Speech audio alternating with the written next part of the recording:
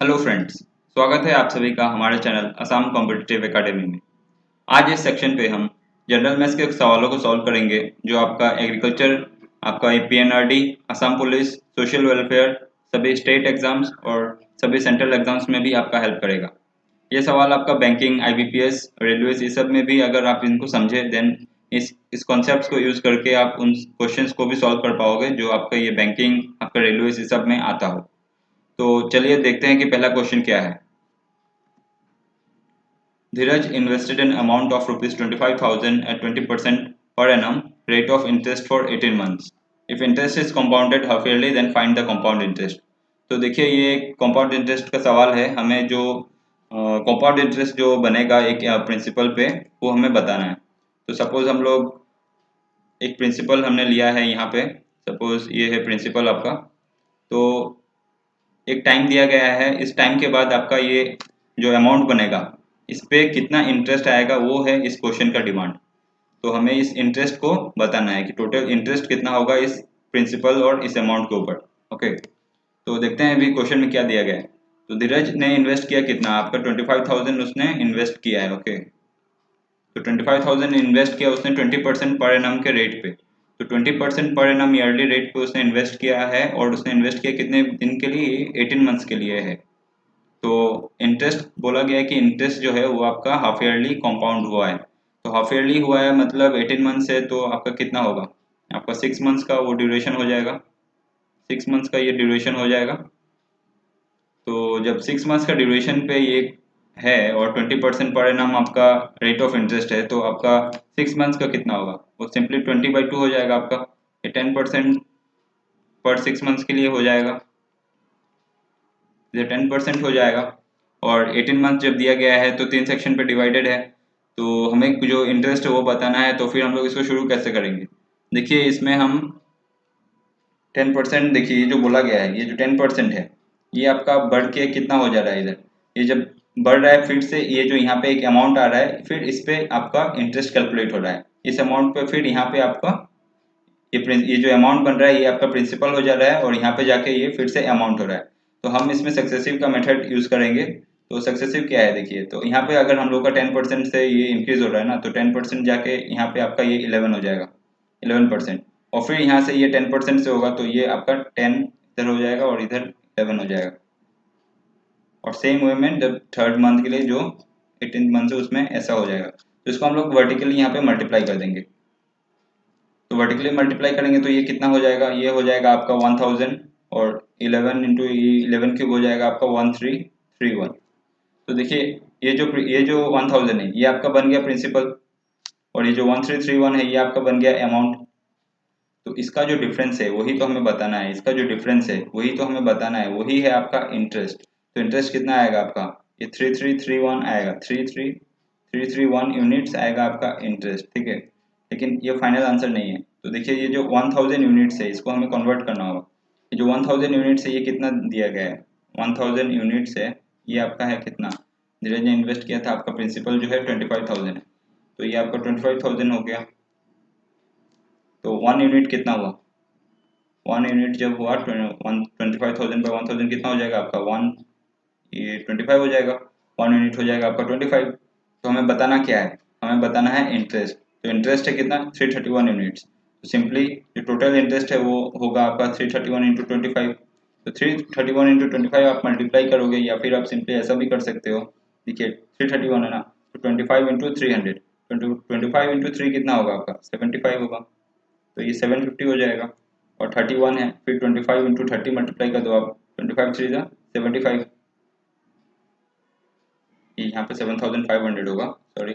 और ये हो जाएगा 25 3 से 75, तो 750 और 25 1 इज 25। तो इसको बस आप ये ऐड कर लो, 75 कितना हो जाएगा इधर 2, तो ये हो जाएगा आपका 8275। ये जो टोटल इंटरेस्ट बनेगा आपका ये बनेगा आपका 8275। तो देखिए इस क्वेश्चन को हमने बिना कोई कंपाउंड इंटरेस्ट का फॉर्मूला को यूज़ किए हुए किया है। तो यही देखिए यही कॉन्सेप्ट है, ये सक्सेसिव बोलते हैं इसको। इस कॉन्सेप्ट को आप अगर यूज़ करके करोगे तो ये क्वेश्चंस बहुत ही आसानी से सॉल्व हो जाता है।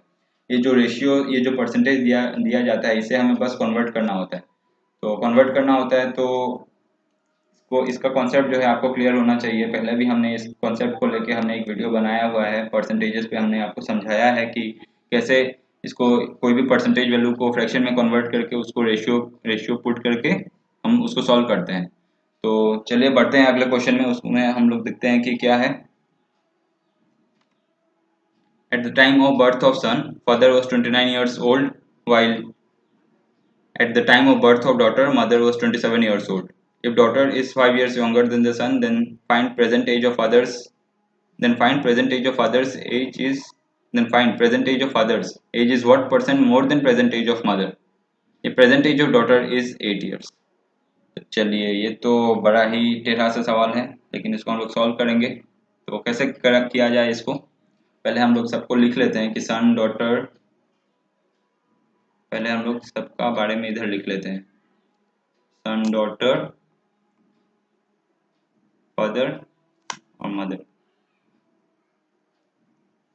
ओके,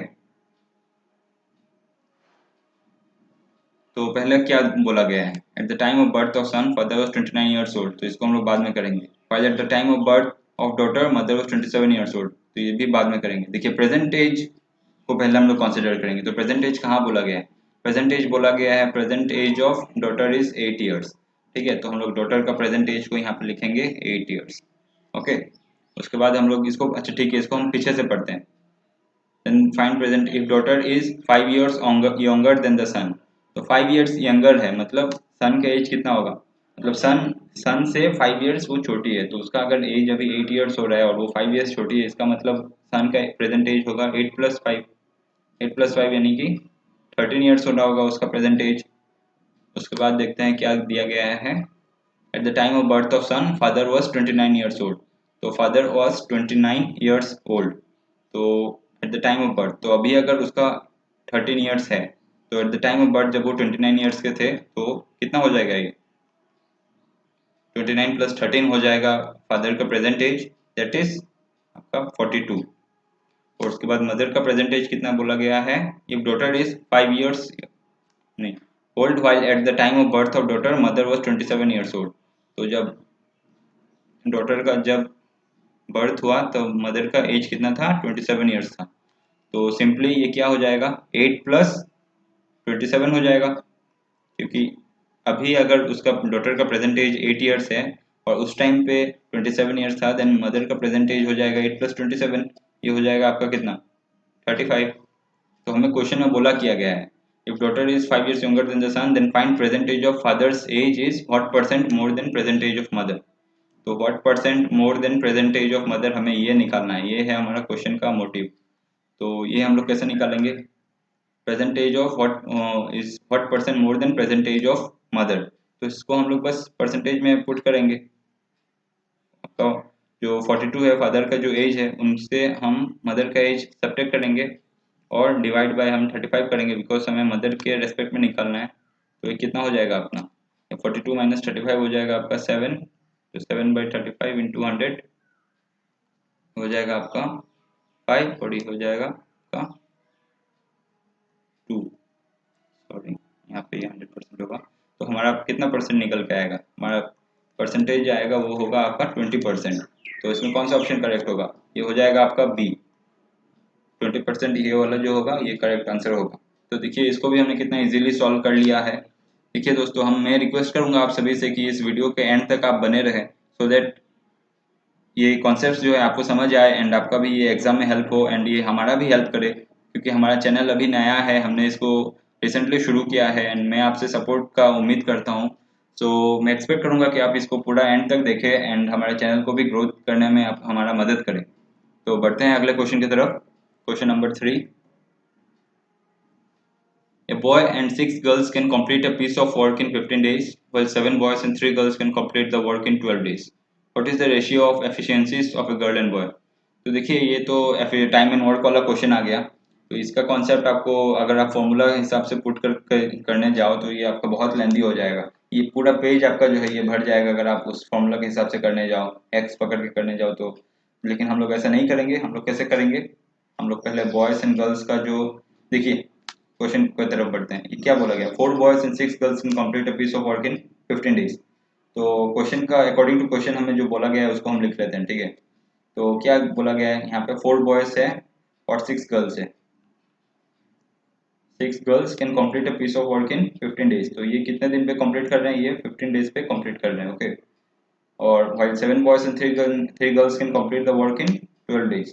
तो देखिए ये दोनों तो इक्वेशन ये जो है यहाँ पे इक्वल टू हमें देना पड़ेगा, बिकॉज 4 गर्ल्स और 6 गर्ल्स का 15 डेज का वर्क जो है वो इक्वल होगा आपका 7 बॉयज एंड 3 गर्ल्स का 12 डेज का वर्क से। तो इसको हम लोगों को इक्वल टू यहाँ पे देना होगा। और क्या लिखेंगे यहाँ पे हम, 7b प्लस 3g इंटू 12, ठीक है। तो इसको हम लोग बस इक्वेट कर लेते हैं। तो देखिए आंसर क्या, आंसर पे हमें रेशियो पे ही बताना है, देन बस बी बाई जी का जो हमें जो रेशियो होगा बॉय टू गर्ल एफिशिएंसी वो हमें बस निकालना है, ओके। तो हम लोग इसको निकालेंगे, इसको सॉल्व करेंगे। 15 फोर से कितना हो जाएगा अपना, नहीं 15 फोर से हम मल्टीप्लाई नहीं करेंगे, पहले हम इसको काट लेते हैं इधर। ये हो जाएगा आपका 3 5 जा 15, ये हो जाएगा आपका 3 4 जा 12। उसके बाद हम लोग इसको मल्टीप्लाई करते हैं, सो दैट ये हमारा जो वैल्यूज है वो छोटा निकल गया है, सो दैट हम इसको कैलकुलेट करने में हमारे लिए आसानी हो। तो ये हो जाएगा 5 4 जा आपका 20b, और ये हो जाएगा 6 5 जा 30g इक्वल टू 7 4 जा 28b प्लस 4 3 जा आपका 12g। तो ये कितना हो जाएगा, इधर 20 इधर जाएगा आपका 8b हो जाएगा, और गर्ल्स के लिए इधर जब जाएगा तो ये आपका हो जाएगा 10 और 8 18 18g हो जाएगा। इधर हमें क्या बोला गया है, हमें किसका एफिशिएंसी निकालना है, what is the efficiency of girl and boy. तो g इज टू बी का हमें एफिशिएंसी निकालना है। तो g इज टू बी का एफिशिएंसी निकालने के लिए हम लोग सिंपली क्या करेंगे, 18g जो है 18g इक्वल टू 8b है, इसको हम लोग आपका आसानी के लिए हम लोग इधर लिख लेते हैं। तो g बाई b कितना हो जाएगा आपका 8 बाई 18 हो जाएगा। तो ये आपका 2 4 जा 8 और 2 9 जा 18। तो गर्ल इज टू बॉय का जो एफिशिएंसी का रेशियो होगा वो कितना होगा आपका, आपका आ जाएगा वो 4:9। तो देखिए 4:9 ऑप्शन नंबर डी जो है ये आपका सही जवाब होगा, ठीक है। ये रहा आपका टाइम एंड वर्क का ये क्वेश्चन। तो इससे ये जो मेथड है, ये जो आपका जो डेज है और आपका जो टाइम दिया गया है, नंबर ऑफ जो बॉयज एंड गर्ल्स है एंड आपका जो ये टाइम दिया गया है डेज, इसको हम लोग मल्टीप्लाई करेंगे और इक्वेट करेंगे दूसरे वैल्यू के साथ, तब हम हमें जाके ये जो रेशियो है ये हम इसे इजीली इसको निकाल सकते हैं। लेकिन अगर उसको हम लोग बाय फॉर्मूला अगर एक्स पकड़ के अगर हम लोग करने जाए तो ये बहुत लेंदी हो जाएगा एंड एग्जाम में आपका गलत होने का भी चांसेस इसमें बना रहेगा। तो मैं रिक्वेस्ट करूंगा कि आप इस क्वेश्चन को अच्छे से समझे, इसका कॉन्सेप्ट को आप समझे एंड इसको इसी कॉन्सेप्ट को यूज करके आप एग्जाम में इसको सॉल्व करने का ट्राई करें। तो बढ़ते हैं अगले क्वेश्चन की तरफ। Question number 4, a container contains some quantity of pure milk. The milkman took out 14 liters of milk and replaced it with water. Then again he replaced 30% mixture by water. After doing so, the ratio of quantity of milk and water in the mixture becomes 7:5. What is the initial quantity of milk in the container? तो देखिए दोस्तों ये जो question है ये बहुत ही बढ़िया question है। ये आपका मतलब रिप्लेसमेंट का क्वेश्चन है ये, और ये जो है ये आपका बहुत ही तगड़ा लेवल का क्वेश्चन है जो आपका सभी हाई लेवल एग्जाम्स में आपको देखा जाएगा। ये एग्रीकल्चर एक्सटेंशन असिस्टेंट में भी इसका आने का चांसेस है, बिकॉज ये जो रिप्लेसमेंट का क्वेश्चन है ये कहीं पे भी मतलब मैं बोलूँ तो ये आपको जब दिखता है ये आपको ऐसे ही लेवल का दिखता है, ये आसान नहीं रहता है। तो इसी लेवल का रहता है, तो इसको हम लोग सॉल्व करते हैं कि आपका एग्जाम में ये गलती ना हो, आप इसको प्रैक्टिस कीजिएगा। तो देखते हैं इसको कैसे सॉल्व किया जाए। A container contains some quantity of pure milk. तो देखिए कंटेनर है, सपोज इसको हम लोग एक बोतल पकड़ लेते हैं। एक बोतल है बड़ा सा, बोतल है, इसमें आपका प्योर मिल्क है, ओके। प्योर मिल्क इसमें भरा गया है, इसमें वाटर नहीं है। तो उसमें बोला गया कि the milkman took out 14 litres of milk and replaced it with water. तो 14 लीटर्स ऑफ मिल्क इसमें सब्ट्रैक्ट हो गया और उसमें उसने ऐड कर दिया है क्या, वाटर ऐड कर दिया है and replaced it with water. तो 14 लीटर्स उसने अगर सब्ट्रैक्ट किया है तो उसने 14 लीटर्स ऑफ वाटर भी उसने ऐड किया है। तो आपका जो ये क्वांटिटी है वो अभी सेम है। Then again he replace 30% mixture by water. उसके बाद उसने फिर से 30% जो मिक्सचर है उसको उसने रिप्लेस कर दिया वाटर से। तो after doing so the ratio quantity of milk and water in the mixture becomes 7:5। तो मिल्क और जो वाटर का जो रेशियो था ये सब करने के बाद ये आपका रेशियो हो गया उस टाइम पे 7:5। तो what is the initial quantity of milk in the container. तो जो इनिशियल क्वांटिटी था यानी कि जो प्योर मिल्क था उसका क्वांटिटी क्या था वो हमें बताना है, वो है हमारा क्वेश्चन। तो इसको चलिए हम लोग इसको सॉल्व करते हैं। तो सॉल्व करने के लिए मैं सबको मिटा देता हूँ, उसके बाद अभी बढ़ते हैं इसमें। तो देखिए यहाँ पे क्या बोला गया है, A:B हम लोग मिल्क और वाटर का रेशियो, मिल्क और वाटर नहीं, ये जो टोटल मिल्क है और उसके बाद ये जब कमाने के बाद जो क्वांटिटी हो रहा है उसको हम लोग B से डिनोट कर रहे हैं, ठीक है। A:B का रेशियो में हम लोग उसको पकड़ लेते हैं। उसके बाद क्या बोला गया, the milkman took out 14 liters of milk and replaced it with water, then again he replaced 30%। तो 30% बोला गया, आपका फ्रैक्शन वैल्यू एक दिया गया है, ये आपका 30% है, तो ये क्या हो गया आपका 3/10। तो 3/10 हो गया, तो 3/10 हो गया, तो 3 तो आपका यहाँ पे रिमूव कर दिया गया है, माइनस हो गया है 10 से, तो आपका एक क्वांटिटी कितना हो जाएगा, आपका जो ओरिजिनल क्वांटिटी था वो हो जाएगा आपका 10, और जो रिमूव करने के बाद जो क्वांटिटी बचा वो हो गया आपका 7। तो इसको हम लोग बस मल्टीप्लाई कर देंगे, और उसके बाद जब मल्टीप्लाई करेंगे और उसके बाद हम लोग क्या देखेंगे यहाँ पे, और एक रेशियो जो दिया गया है, after doing so the ratio of quantity of milk and water in the mixture becomes 7:5। तो और एक रेशियो दिया गया है, वो हमारा क्या है, 7:5 का रेशियो, 7:5 का रेशियो है। तो यानी ये क्या है आपका, ये 7 और 5 जो है ये टोटल हो जाएगा, 7 और 5 यानी कि 12 हो जाएगा आपका टोटल, और उसके बाद आपका 7 जो है ओरिजिनल क्वांटिटी ऑफ मिल्क। तो ये हो गया आपका हमारा जो टोटल इक्वेशन, ये रेशियो बन गया हमारा। उसके बाद इसमें हम देखते हैं कि, अच्छा देखिए मैं आपको समझा देता हूँ, after doing so the ratio of quantity of milk and water in the mixture becomes 7:5। तो जो मिक्सचर जो है मिल्क और वाटर का वो हो जा रहा है हमारा 7:5, 7:5 का रेशियो है, यानी कि टोटल जो है 12, 7 और 5 का जब हम ऐड करेंगे 7 + 5 तो वो 12 है, यही है हमारा, यहीं से हमारा 12 आया, ओके। और ये जो 7 है ये हमारा जो इनिशियल क्वांटिटी वो है हमारा 7 इनिशियल ये वाला। तो अभी हम लोग बस इसको मल्टीप्लाई करेंगे, इसको मल्टीप्लाई करके हम लोग देखेंगे 10 × A, ये हो जाएगा 10A, ये हो जाएगा हमारा 10A, और इधर हो जाएगा हमारा 7B, ओके। 10A और 7B, और एक है हमारा कितना 12 और 7। तो ये जो रेशियो बन रहा है ये कितना होगा, 10A/7B इक्वल टू 12/7। तो ये 7 7 कट गया इधर, और इधर इसे हम लोग 2 से काट लेते हैं, 2 6 और इधर 5। तो A और B का हमें रेशियो जो है वो बताना है, A और B जो है वो हमारा आ रहा है 6/5, तो 6/5 है, तो A जो है इनिशियली वो 6 यूनिट्स है, 6 यूनिट्स है टोटल, और घटने के बाद वो हो जा रहा है 5 यूनिट्स। तो कितना घट रहा है इसमें, 1 यूनिट आपका घट रहा है। तो 1 यूनिट जो जब घट रहा है तो ये आपका कितना है, 1 यूनिट का वैल्यू दिया गया है आपका, मिल्कमैन टुक आउट, देखिए तो milkman took out 14 litres of milk. तो ये जो 1 यूनिट है ये आपका हो जा रहा है आपका 14 लीटर्स, 14 लीटर्स है, इसने निकाल दिया है ना आपका, 1 यूनिट इसने निकाला है, तो 1 यूनिट इसमें डिक्रीज हो रहा है ना, तो 1 यूनिट और कितना हो रहा है आपका, जो 14 लीटर्स उसने निकाला है यही होगा आपका 14 लीटर्स, तो यही होगा आपका जो 1 यूनिट है। तो उसके बाद हम लोग जो क्वेश्चन के अकॉर्डिंग जो है जो डिमांड है, हमें total quantity of pure milk जो है वो बताना है। तो टोटल क्वांटिटी क्या है आपका, ये जो 6 यूनिट्स है, टोटल जो रेशियो जो निकल के आया 6/5, तो इसमें जो 6 यूनिट्स है यही हो जाएगा आपका टोटल। तो ये 6 यूनिट्स का वैल्यू हमें निकालना है। 6 यूनिट जब हमें 1 यूनिट पता है 14 लीटर्स है, 6 यूनिट कितना होगा आपका, 6 × 14 हो जाएगा। तो 6 × 14 कितना हो जाएगा आपका 84 लीटर्स, 84 लीटर्स आपका ऑप्शन में है क्वेश्चन, हाँ ये देखिए ऑप्शन नंबर सी है आपका 84 लीटर्स। तो यही है अपना सही आंसर। देखिए इस क्वेश्चन को हमने बिना कोई फॉर्मूले के सिर्फ रेशियो एंड प्रोपोर्शन की मदद से हमने इसको सॉल्व किया है। तो देखिए ये सब क्वेश्चन में बस हम लोग जो फ्रैक्शन वैल्यूज रहता है उसको आइडेंटिफाई करने का जरूरत होता है, फ्रैक्शन वैल्यू को कैसे हम लोग पुट करें, कैसे उसको तोड़ के मरोड़ के हम लोग को पुट करना है, वही है इस क्वेश्चन का मेन फंडा। तो अगर हम लोग उसको समझ ले देन इसको सॉल्व करना उतना बड़ी बात नहीं है, इसको हम लोग इजीली एग्जाम में सॉल्व कर सकते हैं। एंड इसको अगर आप 3 से 4 बार प्रैक्टिस कर लो देन ये आपका 30 सेकंड पे ये क्वेश्चन बन जाएगा। तो बढ़ते हैं अगले क्वेश्चन की तरफ, question number 5। The ratio of selling price and cost price of an article is 5:3. If the shopkeeper gave a discount of rupees 180 and still earned a profit of rupees 360, then what is the markup percentage?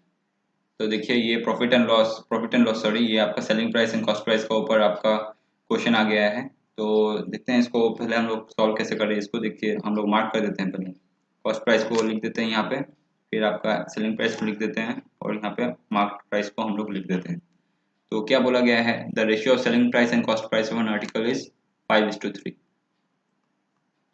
तो ratio of selling price है तो ये आपका हो जाएगा SP, तो ये हो जाएगा आपका एसपी जो है आपका 5 और जो 3 है आपका ये है आपका कॉस्ट प्राइस। तो ये तो shopkeeper gave a discount of ₹180 and still earn the profit of ₹360।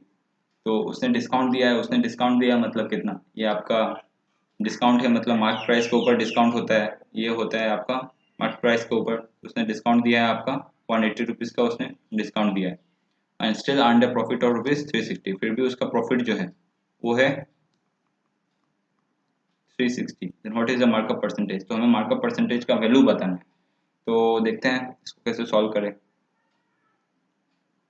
पहले हम लोग देखिए ये जो कॉस्ट प्राइस और सेलिंग प्राइस का जो डिफरेंस है इसको हम लोग निकाल लेते हैं। ये कितना है अपना, ये है अपना 2 यूनिट्स, तो 2 यूनिट्स और प्रॉफिट जो है वो आपका कॉस्ट प्राइस के ऊपर है। तो कॉस्ट प्राइस के ऊपर जब प्रॉफिट होता है देन हम क्या बोलेंगे कि ये जो 2 यूनिट्स निकला है ये आपका 2 इक्वल टू 360 हो जाएगा।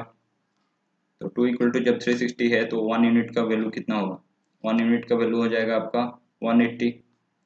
1 यूनिट का वैल्यू जब 180 निकल के आया है और ये आपका सेलिंग प्राइस पे भी 180 रुपीज़ का ये डिस्काउंट, मार्केट प्राइस पे 180 रुपीज़ का डिस्काउंट मिला है, देयरफॉर हम क्या बोलेंगे कि 180 जब 1 यूनिट है देन इस सेलिंग प्राइस का यहाँ पे कितना यूनिटरी मेथड में कितना इसका वैल्यू होगा, ये हो जाएगा आपका 6, बिकॉज 180 आपका है 1 यूनिट, तो 1 यूनिट इसमें आपका डिस्काउंट मिल रहा है सेलिंग प्राइस में। तो जब डिस्काउंट मिल रहा है यानी कि इस टोटल कितना था, ये आपका 5 + 1 हो जाएगा, आपका 6 हो जाएगा। तो हमें क्या बताना है, हमें बताना है कि मार्कअप परसेंटेज कितना है। तो what is the markup percentage, तो मार्कअप परसेंटेज अपना हम किस में बताएंगे, सीपी पे बताएंगे ना।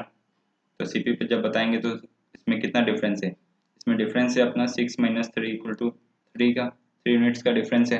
तो हम लोग का जो डिफरेंस है वो जब 3 यूनिट्स है और जो हमारा कॉस्ट प्राइस है 3 यूनिट्स है तो इसका परसेंटेज कितना निकल के आएगा, 3/3 × 100 जब होगा तो ये कितना आएगा अपना 100% आ जाएगा अपना जो मार्केट प्राइस का जो परसेंटेज होगा। तो ये क्या हो जाएगा अपना क्वेश्चन, ऑप्शन नंबर डी सही आंसर हो जाएगा 100%। ठीक है, तो क्लियर हो गया आपको ये कॉन्सेप्ट। अगर आपको ये क्लियर नहीं हुआ है देन आप फिर से इसको पॉज करके आप फिर से इसको समझ लीजिए। तो बढ़ते हैं अगले क्वेश्चन की तरफ, question number 6। The ratio of height and radius of a right circular cone is 3:2. If the area of the base of the cone is 616 centimeter square, then find its volume. तो देखिए इसको solve करने से पहले हम लोग कोन के कुछ फॉर्मूलाज को हम लोग वापस रिवाइज कर लेते हैं, आसान सा फॉर्मूला ही है। ये देखिए ये हो गया आपका h और ये जो है आपका ये हो जाएगा आपका रेडियस। तो आपका जो एरिया होता है, एरिया ऑफ बेस, यहाँ पे हमें बोला गया है ना कि 616 है, तो क्या होता है आपका, वो होता है आपका πr²। और हमें वॉल्यूम निकालना है, तो वॉल्यूम क्या है, वॉल्यूम ऑफ कोन क्या होगा आपका, वॉल्यूम ऑफ कोन होता है 1/3 πr²h। तो चलिए इसको हम लोग सॉल्व करते हैं, इसको हम लोग देखते हैं कि क्या बोला गया है। Area of the base of the cone is 616, तो यानी कि πr² जो है वो है अपना 616। तो r² के वैल्यू निकालना है, r² = 616/5। तो ये कितना है 616/22/7, तो ये कितना होगा आपका 616/7 इंटू सॉरी ये हो जाएगा आपका 22 × 7। तो ये कितना से कटेगा, ये आपका कट रहा है 11 से, तो 2 × 11 इधर और इधर कितना आपका ये 308। ठीक है 308 और फिर इधर 11 से आप 308 को काट सकते हो, आप कितना से ये कटेगा आपका 28 से कटेगा। तो ये अपना आया 28 × 7। तो 28 × 7 जो है ये आपका r² का वैल्यू है। तो इसको हम लोग और भी आसान वे में लिख लेते हैं। आसान वे में हम लोग इसको कैसे लिखेंगे, आपको हम लोग इसको ऐसे लिख सकते हैं 14 × 2 × 7, उसके बाद 7 × 2 × 2 × 7। तो ये कितना होगा आपका 7² और आपका इधर 4²। ठीक है सॉरी ये आपका हो जाएगा आपका 2², 2 × 2 है, ये आपका 2² हो जाएगा। तो हमारा जो r² है वो हमारा r का वैल्यू कितना निकलेगा इसमें से 7 × 2, सिंपली 7 इंटू टू ये 14 हो जाएगा। देखिए ऐसा इसलिए किया बिकॉज ये आर स्क्वायर जो है, आर स्क्वायर अगर 28 इंटू 7 आपको मल्टीप्लाई करोगे फिर उसका स्क्वायर रूट निकालोगे तो ये बहुत ही लंबा हो जाएगा ना। तो आप इसको आसानी से इसको आप इस वे में आप पुट करके कोई आपको ये जो कॉन्सेप्ट ये लगाना है इसमें, मतलब कैसे आप इसको छोटा कर सकते हो। ओके, तो ऐसा करके हमने आर का वैल्यू जो है वो 14 निकाल लिया। तो हमें क्या बोला गया, देन फाइंड इट्स वॉल्यूम। तो फाइंड इट्स वॉल्यूम के लिए 1/3 पाई आर स्क्वायर एच है, उसको हमें यूज़ करना है। तो उसमें क्या बोला गया है, हमारा जो हाइट और रेडियस का जो रेशियो है, हाइट और रेडियस का जो रेशियो है 3:2 है। तो रेडियस हमें कितना पता है, रेडियस हमें पता है कि 14, यानी 2 यूनिट्स जो है वो अपना 14 है। तो 2 यूनिट्स जो है वो अगर 14 है देन 1 यूनिट कितना होगा, 1 यूनिट हो जाएगा हमारा 7। ठीक है, तो हमारा हाइट कितना होगा, हाइट इक्वल टू हाइट बोला गया है 3 यूनिट से, तो 3 यूनिट से तो फिर इंटू 3 इंटू 7 का 21 सेंटीमीटर हाइट हो गया। देन हमें बस अब क्या निकालना है, फाइंड इट्स वॉल्यूम। तो वॉल्यूम के लिए क्या है हमें पता है, पाई आर स्क्वायर एच। तो पाई आर स्क्वायर जो है हमें ऑलरेडी पता है, पाई आर स्क्वायर का वैल्यू ऑलरेडी जो दिया गया है वो अपना 616 है। ओके, तो हम लोग बस सिंपली लिख लेते हैं 1/3 इंटू 616 इंटू एच, जो है एच का वैल्यू कितना है अपना, एच का वैल्यू है अपना 21। तो हम लोग ये कितना 3 से आपका 7 से कट रहा है, सिंपली 616 इंटू 7 जो है वो अपना पाई आर को ये जो वॉल्यूम है, कौन का जो वॉल्यूम है वो है। ठीक है, तो 616 को अगर हम लोग 7 से सॉल्व करेंगे और मल्टीप्लाई करेंगे तो कितना हो जाएगा सिंपली, तो आप इसको 616 से मल्टीप्लाई कर लो या फिर आप सिंपली ऐसा भी कर सकते हो, 600 इंटू 7 ये कितना होगा 7 6 42, ये 4200 हो जाएगा, सॉरी हाँ ये 4200 हो जाएगा। और उसके बाद आपका ये कितना बचा 16 इंटू 7 हो गया आपका 112, और उसके बाद कितना बचा 6, तो 7 6 ये आपका, तो कितना हो जाएगा, ये 2 हो जाएगा, ये 1 हो जाएगा, 2 और 1 3 और ये 4। तो आपका जो वैल्यू है वो आपका 4312 निकल के आएगा। ठीक है, तो ऑप्शन में है या नहीं, तो ये देखिए जो ऑप्शन नंबर बी है ये आपका ऑप्शन मौजूद है 4312, तो ये है आपका सही वाला आंसर। तो बढ़ते हैं अगले क्वेश्चन की तरफ, question number 7। When 15 liters of mustard oil is mixed with 10 liters of olive oil, the cost of mixture becomes 51 per liter।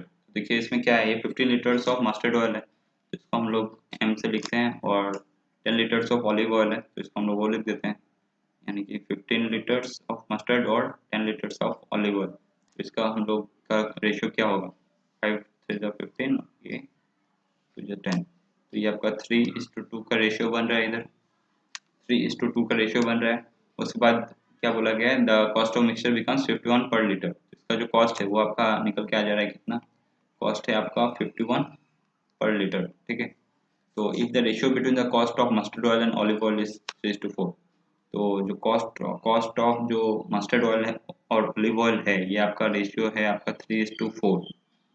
Then find the total cost of mustard oil. जो mustard oil है उसका हमें total cost बताना है। ठीक है, mustard oil का हमें टोटल कॉस्ट बताना है। तो इसके लिए हम क्या करेंगे, इसके लिए हम लोग सिंपली इसका एवरेज लेंगे। तो एवरेज लेने के लिए क्या लिखेंगे यहाँ पे हम, एवरेज इक्वल टू आपका सिंपली जो यूनिट्स इसको हम मल्टीप्लाई करेंगे तो ये 3 इंटू 3 का ये हो जाएगा 3 into 3 plus 4 into 2 divide by total जो है वो सम कितना होगा आपका, ये हो जाएगा आपका 3 + 2 दैट इज 5। तो का ये 9 + 4 2 8/5, 9 + 8 हो गया आपका, कितना हो गया ये आपका 9 + 8 17, दैट इज 17/5 यूनिट्स हो गया आपका एवरेज। ठीक है, तो यहाँ पे हमें क्या बोला गया है, ये जो वैल्यू है 17/5 ये कितना निकल के आ रहा है आपका, ये जो मिक्सचर बिकम्स ये बंद निकल के आ रहा है आपका 51 पर लीटर।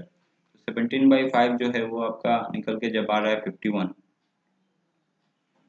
तो 1 यूनिट का वैल्यू कितना आएगा, 1 यूनिट का वैल्यू आ जाएगा 51 इंटू 15, 51 इंटू 5/17। तो ये सिंपली ये 3 से कट होगा और ये कितना आएगा, 1 यूनिट का वैल्यू निकल के आ जाएगा आपका 15 यूनिट्स, सॉरी 15 रुपीज़। ठीक है, तो हमें क्या बताना है then find the total cost of mustard oil. Mustard oil का टोटल कॉस्ट हमें बताना है। मस्टर्ड ऑयल कितना है हमारा 15 लीटर्स है, तो 15 लीटर से हम बस इसको मल्टीप्लाई करेंगे,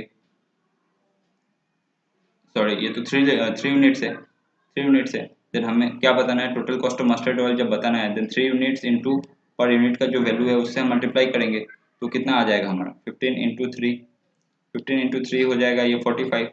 और उसके बाद हमें टोटल क्वांटिटी कितना दिया गया है, 50 लीटर्स दिया गया है, ठीक है। टोटल क्वांटिटी दिया गया है वो कितना है 15 लीटर्स। तो हमारा जो 15 लीटर्स है उसका वैल्यू कितना है, तो 15 लीटर्स का जो वैल्यू होगा वो अपना हो जाएगा आपका 15 इक्वल टू 15 इंटू आपका 45 हो जाएगा। तो ये कितना होगा आपका 15 इंटू 45, ये हो जाएगा आपका 675। तो देखिए ऑप्शन नंबर बी जो है ये हो जाएगा आपका सही उत्तर। 675 जो है ये होगा आपका total cost of mustard oil. ये जो मस्टर्ड ऑयल है, जो 15 लीटर का जो मस्टर्ड ऑयल है, ये इसका जो टोटल कॉस्ट है यही निकल के आएगा आपका 675, ठीक है। तो क्लियर है ये क्वेश्चन। अगर आपको इसमें कुछ डाउट हो तो आप मुझे कमेंट सेक्शन पे आप मुझे वो क्वेश्चन का वो डाउट पूछ सकते हो। जिस क्वेश्चन में भी डाउट हो आप उसको मतलब वो मेंशन करके आप अच्छे से उसको पूछ सकते हो, मैं आपको वहाँ पे आंसर कर दूंगा कमेंट सेक्शन पे, ठीक है। तो बढ़ते हैं अगले क्वेश्चन की तरफ। Question number 8. The shopkeeper sold an item for rupees 1275 after giving discount of 15%. The ratio of market price and cost price of the item is 5:3. If instead of 15% he gives a discount of 25%, then what amount of profit he would have earned?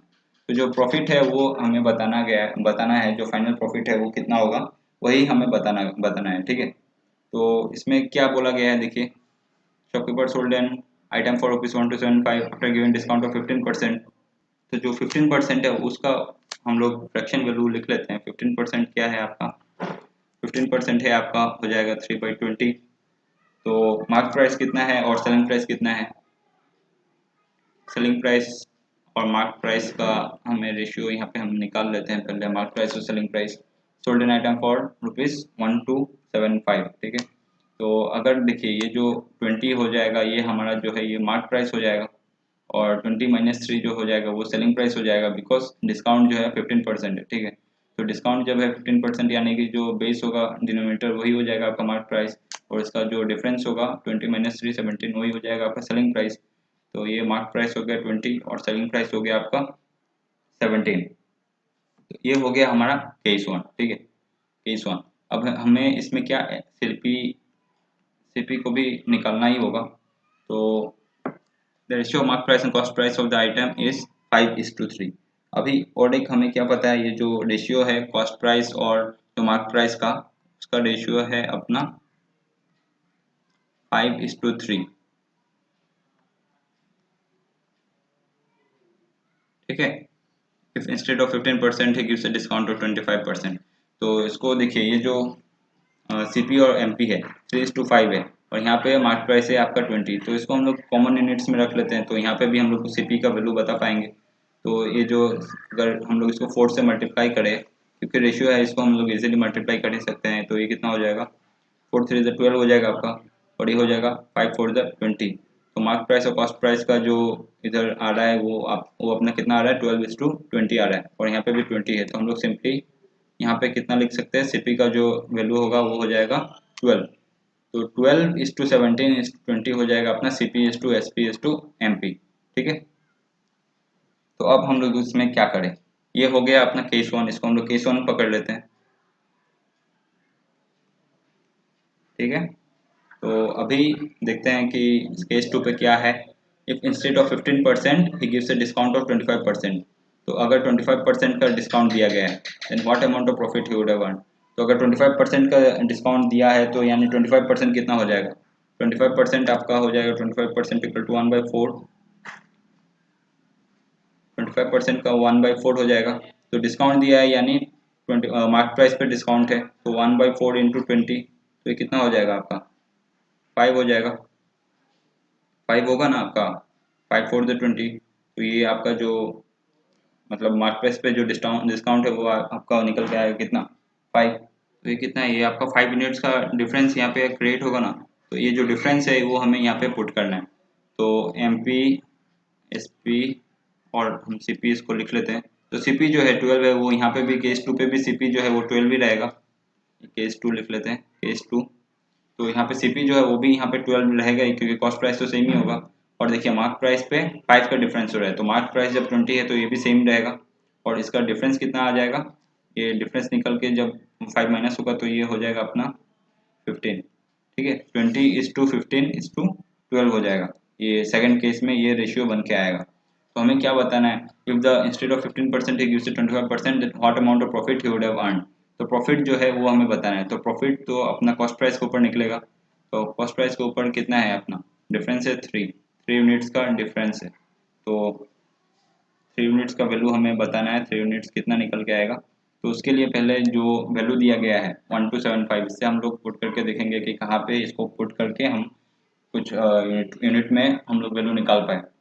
तो sold an item for ₹1275, तो जो SP है, selling price है, वही है अपना 1275। तो 17 units का वैल्यू कितना है, 1275। तो हम इसमें 1 यूनिट का वैल्यू निकालेंगे। तो 1 यूनिट का वैल्यू निकालने के लिए कितना क्या करेंगे, सिंपली 1275/17 करेंगे। 1275/17, तो ये कितना से कटेगा 17 इंटू आपका 75, जो होगा वो होगा 1275। ठीक है, तो 1 यूनिट का वैल्यू जो है वो 75 निकल के आ रहा है। देयरफॉर तो हमें क्या बताना है, फाइनल 3 यूनिट्स का वैल्यू बताना है। 3 यूनिट्स इक्वल टू 3 इंटू 75, तो ये क्या आ जाएगा, 3 से 75 को मल्टीप्लाई करेंगे 225 आ जाएगा आपका आंसर 225। तो देखते हैं जो आंसर ऑप्शन नंबर सी है इसका सही जवाब ₹225। ठीक है, तो जो प्रॉफिट उसने अर्न किया है वो है आपका ₹225 का प्रॉफिट।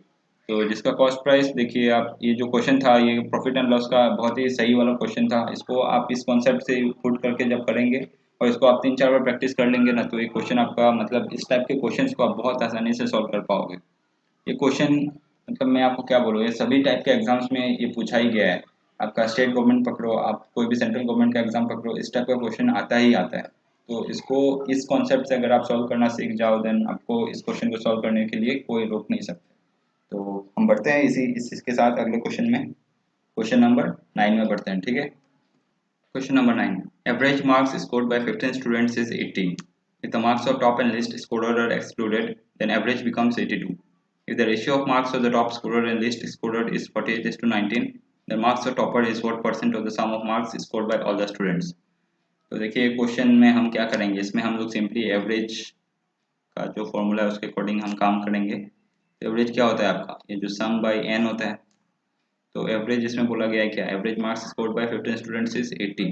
तो एवरेज है 80 और सम तो हमने नहीं बोला, तो सम हो जाएगा सम, और एन कितना होगा, ये हो जाएगा आपका 15। तो सम क्या होगा आपका 80 इंटू 15, ये हो जाएगा आपका कितना, 80 इंटू 15 हो जाएगा आपका 1200। तो 1200 हो गया आपका पहला पहला सम। उसके बाद क्या बोला गया है, मार्क्स और top and list scorer excluded, यानी कि जो टॉपर है और जो जिसका मार्क्स सबसे कम है उसको अगर हम लोग निकाल दें तो उनका एवरेज बनता है 82। तो फिर से इसमें हम लोग एवरेज का फॉर्मूला पुट करेंगे, 82 equal to sum by n. तो सम नहीं पता और टॉप स्कोरर और लिस्ट स्कोरर को निकाल दिया, यानी दो स्टूडेंट्स को निकाल दिया, तो कितना बचा, 15 - 2 आपका ये 13 बचा। तब आपका सम कितना होगा, आपका सम होगा 82 इंटू 13। ठीक है, तो 82 इंटू 13 को हम लोग करेंगे तो कितना आएगा अपना आंसर, अपना आंसर आ जाएगा 1066। ठीक है, 1066 निकल के आ जाएगा आपका। जब ये दो स्टूडेंट्स निकल जाएंगे तो सम जो है ये निकल के आ जाएगा। फिर इनका डिफरेंस कितना होगा, 1200 माइनस 1066 का वैल्यू कितना निकल के आएगा, ये निकल के आ जाएगा आपका 134। ये आपका 134 निकल के आ जाएगा। तब हमें हमें अभी यहाँ पे क्या बोला गया है वो हम लोग देखते हैं। तो इधर ratio of marks of top scorer and list scorer is 48:19। तो टॉप स्कोरर जो है और जो लिस्ट स्कोरर है वो 48:19 है। तो उसका जो टोटल होगा 48 प्लस 19, 48 प्लस 19 आपका कितना होगा 67। तो ये जो 67 का जो वैल्यू है यही होगा आपका 134 का वैल्यू। जो 134 है इसका वैल्यू यही होगा 67 यूनिट्स, यानी 134 होगा। तो 67 यूनिट्स जब 134 है, देन 1 यूनिट आपका कितना होगा, 1 यूनिट होगा आपका 134/67, यानी कितना होगा आपका 2। तो 1 यूनिट का वैल्यू आपका 2 निकल कर रहा है, ठीक है। तो अभी हमें ये जो टॉपर है इसका हमें वैल्यू निकाल लेना है, इसका मार्क्स कितना है। तो देखिए top scorer list scorer is 48:19, तो पहले टॉप स्कोरर है, तो आपका जो टॉपर है उसका यूनिट्स 48 यूनिट्स है, तो उसका कितना आ जाएगा 48 इंटू 2 इक्वल टू उसका 96 आ जाएगा, ठीक है। तो उसका जो मार्क्स है वो आपका 96 मार्क्स आ गया। तो अभी हमें क्या बताना है, हमें अभी अभी हमें बताना है उनका ये जो परसेंटेज निकालना है, marks of topper is what percent of the sum of marks scored by all the students. तो इसका मार्क्स कितना परसेंटेज है सभी स्टूडेंट्स के मार्क्स से। तो हम लोग इसको क्या करेंगे, यहाँ पे सिंपली 96 बाई, यहाँ पर हम लोग करेंगे 96 बाई हमारा सम जो है टोटल स्टूडेंट्स का मार्क्स कितना आया था, वो आया था 1200, ठीक है। तो 1200 इंटू 100, तो ये 0 0 कट जाएगा, और ये 96 कटेगा कितने से, 12 का 8 टाइम्स आपका 96 होता है, तो ये हो जाएगा आपका 8। तो हमारा जो परसेंटेज निकल के आएगा वो कितना होगा, हमारा 8% निकल के आएगा। तो ये आंसर है या नहीं, तो ये आपका आंसर जो है ये ऑप्शन नंबर ए में ये मौजूद है, तो ये है आपका सही आंसर। तो बढ़ते हैं अगले क्वेश्चन की तरफ, question number 10। The speed of train A is 40% more than that of train B. The ratio of length of train A and B is 5:3. If train A crosses train B running in opposite direction in 12 seconds, then find the ratio between speed of train B and length of train A. तो देखिए ये एक बहुत ही अच्छा question है, ये आपका बहुत ही अच्छा क्वेश्चन है। ये आपका स्पीड टाइम एंड डिस्टेंस के ऊपर भी है, और ट्रेन बोर्ड स्ट्रीम एंड ये सब में भी आपका ये पूछा जा सकता है ये क्वेश्चन। तो इसको सॉल्व करते हैं। Speed of train A is 40% more than that of train B. तो यहाँ पे क्या बोला गया है, जो स्पीड ऑफ ट्रेन ए है वो आपका 40% ज़्यादा है ट्रेन बी से। तो 40% ज़्यादा यानी 40% को अगर हम लोग 100 इसमें फ्रैक्शन वैल्यू में पुट करेंगे तो वो कितना निकल के आएगा आपका, वो निकल के आएगा 2/5। ये मैं आपको बार बार रिमाइंड कर रहा हूँ कि जो फ्रैक्शन वैल्यू से वो आपको कन्वर्ट करना बहुत इजीली आपको आना चाहिए। एंड कुछ जैसे 1 से 20 तक है, मतलब जो 1/20 तक जो वैल्यूज है उनको आप मतलब याद करके रखो, आपको मेमोराइज रहना चाहिए, सो दैट इजीली आप एग्जाम में उसको कर पाओ। तो यहाँ पे जो 40% है उसका फ्रैक्शन वैल्यू निकल के आ रहा है 2/5, ठीक है। तो अभी हम लोग इसको पुट करते हैं ए और बी के फॉर्मेट में। ए और बी क्या बोला गया है, the speed of train A is 40% more than that of train B. तो अगर उसका मतलब जो स्पीड ऑफ ट्रेन ए है 40% ज़्यादा है, तो उसका टोटल कितना हो जाएगा स्पीड, वो आ जाएगा आपका 7। और बी का स्पीड कितना हो जाएगा, बी का स्पीड हो जाएगा 5, क्योंकि 40% ज़्यादा है ना, तो 2/5 है, तो 5+2 हम लोग करेंगे, 2 को 5 के साथ ऐड करेंगे तो 7 हो जाएगा। और बी का जो है स्पीड होगा वो होगा 5। तो ये हो गया अपना स्पीड, स्पीड के लिए। उसके बाद क्या बोला गया है, train A crosses train B running in opposite direction in 12 second, sorry. उसके बाद हमें बोला गया है the ratio of length of train A and B is 5:3।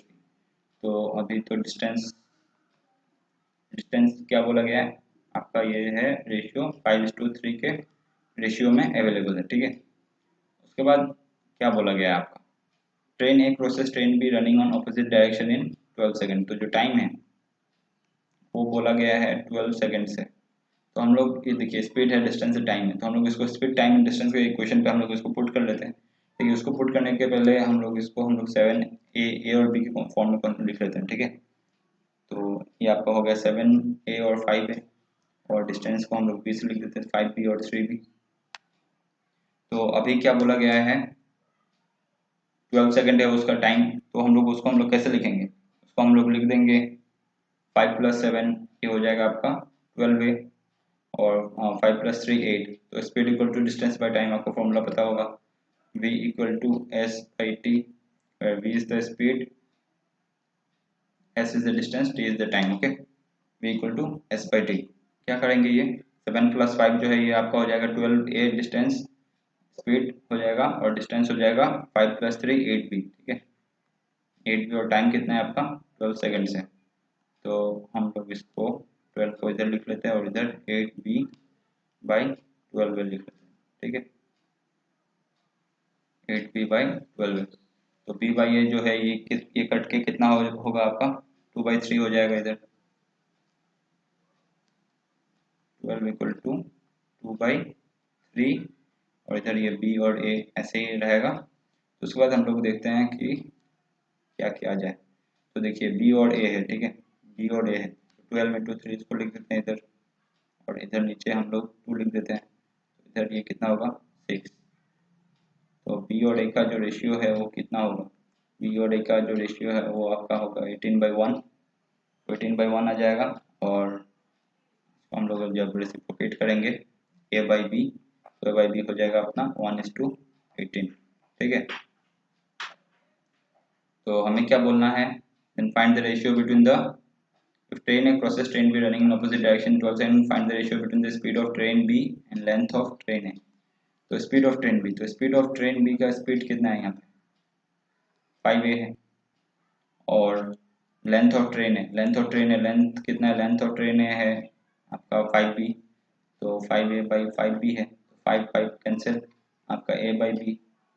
तो a बाई बी का रेशियो कितना है यहाँ पे 1:18 बोला गया है, ऑलरेडी हमने निकाल लिया है। तो a बाई बी का जो रेशियो है हमारा यही है, फाइनल आंसर 1:18। तो क्या हो जाएगा, ऑप्शन है 1:18। देखिए क्वेश्चन को अगर यहाँ तक आप पढ़ के आप सोचोगे कि 1:18 आ गया ऑप्शन में, तो ये तो गलत हो जाएगा, ठीक है। तो आपको क्वेश्चन को भी पूरा पढ़ना है एंड आपको प्रेजेंस ऑफ माइंड वहाँ पे रखना ही है, सो दैट सब क्वेश्चन में ऐसा ब्लंडर ना हो, छोटा सा मिस्टेक की वजह से क्वेश्चन आपका पूरा गलत हो सकता है। तो आप लास्ट में आप देखेंगे कि जो हम क्वेश्चन पूछा गया है वो रेशियो है speed of train B and length of train है, उसको हम लोग बस किसी भी तरह हम लोग उसको क्वेश्चन को चेंज कर सकते हैं, बस रेशियो ही बदलना है। तो उसके लिए हमें ए बाई बी निकालना पड़ा। तो ए बाई बी जो हमको पता है 1:18 है, और 5/5 कट गया, तो हमारा फाइनल आंसर ये निकल के आ गया 1:18। तो यही था हमारा इस क्वेश्चन का फाइनल आंसर 1:18, ठीक है। तो अगर आपको इस सब क्वेश्चंस में कोई भी डाउट हो देन आप मुझे कमेंट सेक्शन पे पूछ ही सकते हो, कमेंट सेक्शन पे आप पूछिएगा, ठीक है। आसान कॉम्पिटिटिव एकेडमी को आप मेल भी कर सकते हो।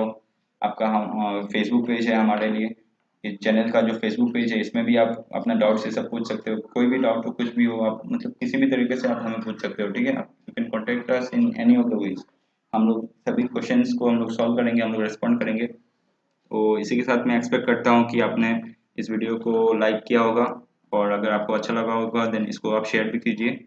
तो मिलते हैं अगले सेशन पे, तब तक के लिए टेक केयर।